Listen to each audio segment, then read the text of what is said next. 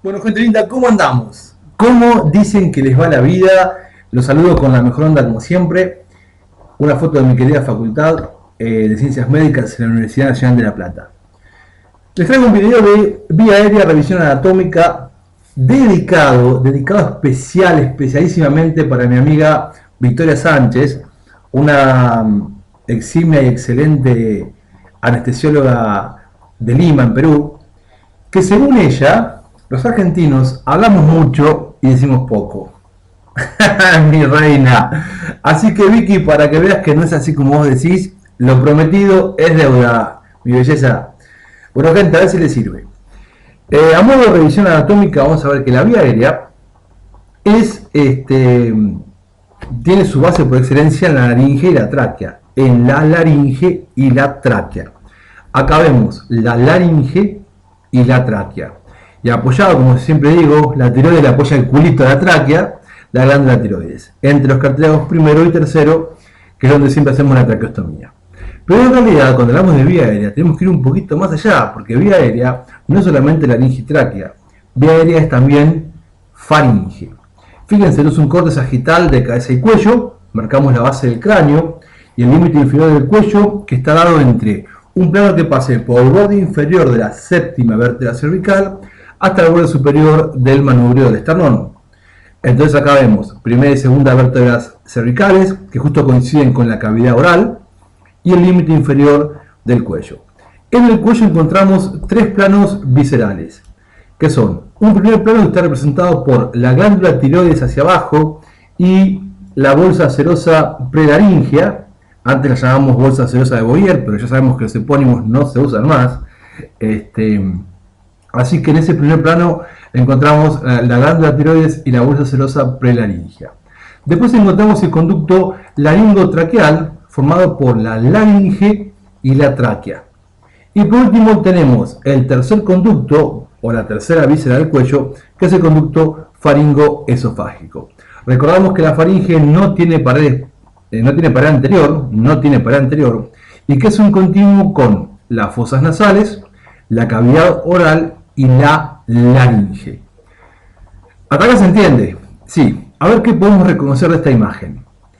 Efenoides, silla turca, seno esfenoidal, seno paranasal, hueso frontal con el seno frontal, otro seno paranasal, el tabique nasal, maxilar, palatino, paladar duro, paladar blando, maxilar, hueso ilioides, músculo. Este es el genio ioideo, entre la geni y el ioides. La lengua, acuérdense que la lengua está agarrada de dos puntas, del maxilar por el genio gloso y del ioides por el genio ioideo, entre otras inserciones que tienen estos 70 millones de músculos. ¿Qué más podemos reconocer acá? Bueno, el conducto raquídeo, donde va a pasar la médula espinal, las apófisis espinosas de las vértebras cervicales, y hasta acá llegamos. Los grandes vasos del cuello, los grandes vasos del cuello, el esternón, labio superior, labio inferior, la boquita, puntito cocodrilo. Bien, ¿qué estoy marcando ahí? Ahí estoy marcando que a nivel del borde inferior de la sexta vértebra cervical termina la laringe y empieza la tráquea. Eso nos damos cuenta, ¿por qué? Porque después del cricoides empiezan los hemianillos o los anillos traqueales, donde no hay un límite preciso entre la faringe y el esófago, donde se gana la pared anterior que no tenía la faringe y empieza el esófago. Eso se da a nivel del borde inferior de la sexta vértebra cervical. Fosas nasales, donde ingresamos por las narinas y salimos por las coanas. Cavidad oral, donde ingresamos por la hendidura labial y pasamos por el istmo de las fauces a la faringe. Narinas y coanas. Cavidad bucal, a la que se ingresa por la hendidura labial y se pasa por el istmo de las fauces a las faringe. La faringe, que tiene tres porciones: una superior, que es la rinofaringe o cavum, una media, o también llamada orofaringe, y una inferior o laringofaringe. Acá vemos el orificio superior de la laringe, cortada a manera de pico de flauta, que mira hacia arriba y hacia atrás. Acá marcamos el orificio inferior de la laringe, que coincide con el borde inferior del cartílago cricoides. ¿Se entiende eso, no? Sí, se entiende. Claro que sí. Urocoanas. Perdón, eso debe ser rinofaringe, orofaringe y laringofaringe. Ahí tenemos el orificio inferior de la faringe que se continúa con el esófago. Hasta acá se entiende todo perfectamente. Laringe. Tenemos que la laringe es un conducto músculo membrano cartilaginoso, es decir, que está formado por cartílagos y músculos con membranas. Y esos cartílagos que destacamos son uno que tiene forma de paleta, de raqueta, de gota invertida, de hoja o de lo que ustedes quieran, que es la epiglotis. Después tenemos el cartílago tiroides que tiene forma de piernas abiertas, de libro abierto, un fallido. Es un libro semiabierto con un ángulo diedro. Los ángulos, cuando hablamos de ángulo diedro, hablamos de ángulos delimitados por dos planos. Es tridimensión, es cuerpo, hablamos de ángulo diedro, que es saliente hacia adelante, sería una arista. La escotadura tiroidea, las placas tiroideas con el asta mayor, el asta menor y el hasta luego. El humor en la tarde argentina. El cartílago cricoides visto de adelante, que como decíamos siempre es un cartílago a manera de anillo de sello, que tiene un borde posterior que se denomina placa cricoidea, que es mucho mayor a la anterior, que es más delgado, valga la asociación explícita, que se denomina arco anterior. Después tenemos uno que tiene forma de pirámide, que son los aritenoides, en cuyo vértice truncado descansan unos que tienen forma de pijita apretada, que son los cartílagos corciulados, acá dice corniculados, los cartílagos corniculados. Estoy muy jocoso. Las pirámides aritenoideas se suben a la placa cricoidea y a ellas se le suben los cartílagos corniculados. La epiglotis o el cartílago epiglótico se aplica en su parte más inferior, en su mango, al ángulo posterior abierto del cartílago tiroides. Y se forma de esta manera lo que sería la pared anterior de la laringe, que se va a completar con el arco anterior del cartílago cricoides. Y acá tenemos la pared posterior de la laringe, que se forma con la placa cricoidea y los cartílagos aritenoides. A esto hay que ponerle membranas y a esto hay que ponerle músculos, mucosa, y se nos forma la laringe.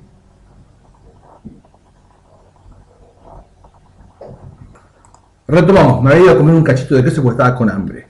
Entonces, la pared anterior se sobrepone a la pared posterior y se forma de esta manera una estructura que, con los ligamentos y los músculos, forma un estuche. Algo a tener en cuenta que para mí es muy importante. El cartílago tiroides forma parte de la estructura de la laringe solamente en su tercio medio. ¿Qué significa esto? Que el cartílago tiroides solamente en su tercio medio va a formar parte de la laringe. Lo que nos queda va a representar una parte de la laringofaringe, que son los senos piriformes.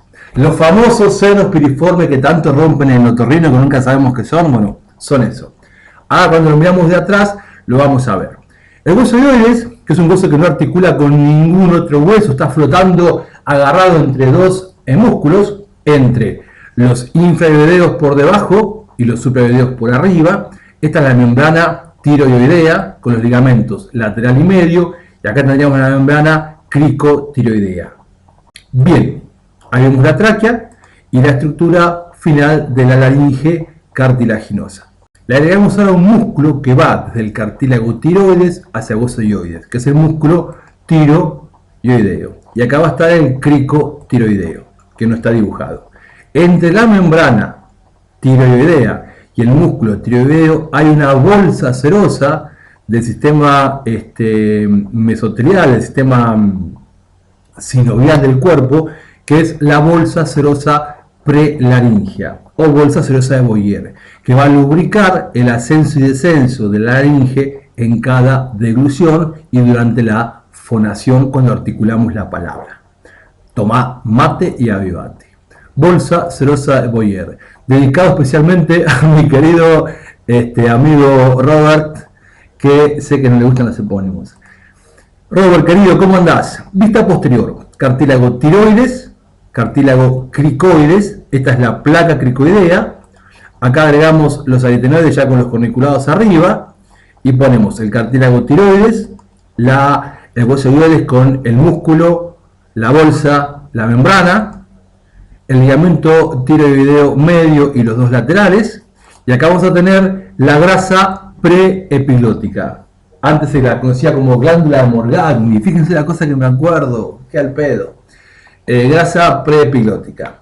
Después le montamos con los aritenoides al cartílago cricoides y terminamos de formar la estructura cartilaginosa de la laringe. Acá vemos una laringe cartilaginosa vista desde atrás. ¿Sí? ¿Se entiende cómo se va formando? Bueno, en los videos de laringe creo que esto ya lo tenemos. Muy bien. En el borde lateral de la epiglotis, desde ese borde lateral de la epiglotis hacia el borde lateral de los cartílagos aritenoides, hacia ahí, se extiende una membrana, que es la membrana aritenoepiglótica, que es la que termina de formar la pared lateral de la laringe. Acá vemos el estuche superior, perdón, el orificio superior de la laringe, cortado a manera de pico de flauta, orientado hacia arriba y hacia atrás. Y la epiglotis, que va a caer luego y cerrar este orificio superior de la laringe con cada deglución. ¿Para qué? Para que la comida no se nos vaya a la vía aérea. Y acá tenemos los músculos y se termina de formar el estuche laríngeo. Fíjense cómo esta parte ya no pertenece a la luz de la laringe, sino que en el borde posterior del asta mayor, de la placa y del asta menor del tiroides, se va a insertar la faringe. Y esto va a corresponder a la pared anterior, que en realidad no existe, de la faringe, de la laringofaringe. Es un trabalenguas, pero se entiende, ¿no? Ahí se inserta la faringe. La pared lateral se viene hacia atrás y se vuelve a insertar ahí. Vista lateral y ponemos referencias. A, tabique nasal, fosas nasales. B, cavidad oral. Un oral, $15. ¿Cuánto? No sé. 1, 2 y 3. 1. Primer plano visceral del cuello con la glándula tiroides. 2. Segundo plano visceral del cuello con el conducto laringotraqueal. Y 3. Por último, el tercer plano visceral del cuello que es el conducto faringoesofágico. Bien, si hacemos un corte transversal a nivel de la rinofaringe, vamos a encontrar, no vamos a encontrar nada. Las tres porciones de la faringe: rinofaringe, orofaringe y laringofaringe.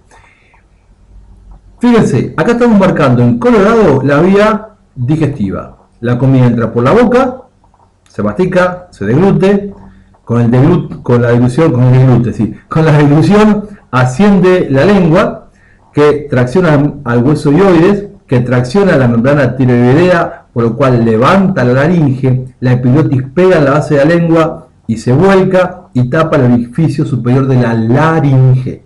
Entonces la comida pasa de la boca a la orofaringe y luego a la laringofaringe, al esófago, al estómago, y así sigue su trayecto hasta ya saben dónde. ¿Qué pasa con la vía aérea? La vía aérea pasa por las fosas nasales, la rinofaringe, la orofaringe, laringe, tráquea, pulmones, bronquios.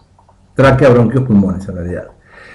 A la orofaringe se la conoce como encrucijada faringea. ¿Por qué? Porque es el punto donde las dos vías se cruzan. Entonces, hablar de vía aérea es hablar también de orofaringe. La vía aérea está representada por las fosas nasales, la rinofaringe, la orofaringe y el conducto laringotraqueal. ¿Estamos? Muy bien. Ahora sí, corte transversal de la faringe a nivel de la rinofaringe. Entonces voy a ver las apófisis pterigoides del hueso esfenoides, el palatino con su porción vertical vista desde arriba y su porción horizontal. Esto es anterior, esto es posterior, derecho e izquierdo. Y vemos cómo la faringe en el medio del Bomer, estas son las coanas, vemos cómo la faringe se inserta en el ala interna de la pterigoides y de ahí se dirige hacia atrás y hacia adentro y se mezcla con la del lado opuesto. Mucosa, músculo y una vaina fibrosa perifaringea. Y aquí lo que yo defino como tela faríngea, tela huelo, que tiene una pared lateral, una pared posterior y otra pared lateral. Un ángulo posterior izquierdo, un ángulo posterior interno y no tiene pared anterior. La faringe no tiene pared anterior. Ya les voy a hacer unos videos de faringe que se los tengo prometidos hace rato. Acá vemos la faringe vista desde atrás con sus diferentes grupos musculares. Los músculos constrictores, superior, medio e inferior, que a manera de tejas se superponen, y los músculos elevadores, el estilofaringio, el petrofaringio y el faringoestafilino.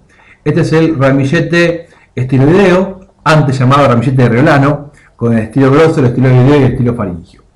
Bien, esto que se ve acá es el pterigoideo interno. Y allá estaría el pterigoideo externo, por fuera del macetero, rama ascendente del maxilar, base de cráneo. Y acá es donde está empezando constrictor superior, constrictor medio, constrictor inferior, y acá empieza el esófago. Entonces, si yo, esta es la pared posterior de la faringe. Si yo corto y abro esa pared posterior, de vuelta, corto por la línea media y la abro, voy a ver las estructuras anteriores a la faringe, que entre todos las vamos a decir. Número 1, ¿qué les parece que es? La úvula. ¿Se ubican? Esto es rinofaringe, esto es paladar duro y sobre él cayendo el paladar blando, istmo de las fauces, allá se ve la cavidad bucal, la lengua, y esta es la laringe. ¿Sí? ¿Qué es el 2? Una úvula. 2, la lengua. 3, epiglotis. 4, y podemos decir coanas, podemos decir fosas nasales, podemos decir cornete medio, es el cornete o concha media. 5, ¿qué es el 5? A ver, ¿quién le pega? Podemos decir placa tiroidea, placa cricoidea o pared posterior de la laringe. 6, bueno, ahí está medio choto, no se ve muy bien, es la amígdala palatina, entre el pilar anterior y el pilar posterior del velo del paladar. 7, ¿y esta? ¿Qué onda? ¿Qué es el 7? Bueno, no qué significa, qué es en la imagen. Es el esófago, ya es esófago eso. ¿Y 8? ¡Ajá! El 8 es el seno piriforme. Cuando tomamos agua, el primer trago se deglute, pero después no seguimos deglutiendo. Lo que hacemos es mover la lengua en un acto que se denomina gorgorismo. El agua se deglute el primer trago y después se gorgorea. Entonces se desliza por las partes laterales de la lengua, esquiva la epiglotis y baja por los senos piriformes hacia la laringofaringe y luego el esófago. Es decir que cuando nosotros tomamos agua, el primer trago se deglute, pero después el agua ingresa con la laringe abierta. ¿Me estarán siguiendo lo que estoy diciendo? Sí, espero que sí, supongo que sí. 8 entonces, senos piriformes. ¿Se entendió? ¿Sí? Bien. ¿Qué es esto? Esto es una vista de la laringe desde arriba. Acá no se ven, estaría el cartílago tiroides. Este es el cartílago cricoides. Esta es la placa cricoidea con el cartílago aritenoides. Y que es una pirámide triangular truncada en cuyo vértice descansan los corniculados. Y tiene una fosa, que es la fosa hemisférica, la apófisis vocal y la apófisis muscular. Hay dos ligamentos que vienen, dos cuerdas tendinosas ligamentarias que vienen desde el ángulo entrante del tiroides, que son los ligamentos tiroaritenoideos. El tiroaritenoideo inferior, el que va a la apófisis vocal, y tiroaritenoideo superior, el que va a la fosa hemisférica. Entonces la mucosa, que está tapizando toda la cara interna, toda la pared interna de la laringe, va y vuelve al ligamento tiroaritenoideo inferior. Y va a formar lo que se conoce como cuerda vocal verdadera. Ahí va a haber un músculo que lo vimos cuando vimos los músculos de la laringe, que es el músculo tiroaritenoideo. esta es la cuerda vocal inferior. Las cuerdas vocales son unas membranas que se disponen transversalmente, horizontalmente, a la luz de la laringe. Los bordes internos de estas membranas se tocan y producen un sonido que es el soplo fonatorio, que luego se va a modular con la lengua, con los labios, con el paladar y va a producir la voz. Me acuerdo siempre que doy clase de esto, me acuerdo que un día estaba dando clases en un instituto para instrumentadoras. Entonces teníamos que ver funciones de la boca. Y de todo le pregunto a una chica, digo, bueno, ¿cuáles son las funciones de la boca? Me dice, bueno, la boca para masticar, para respirar, el gusto, y le faltaba decirme la articulación de la palabra.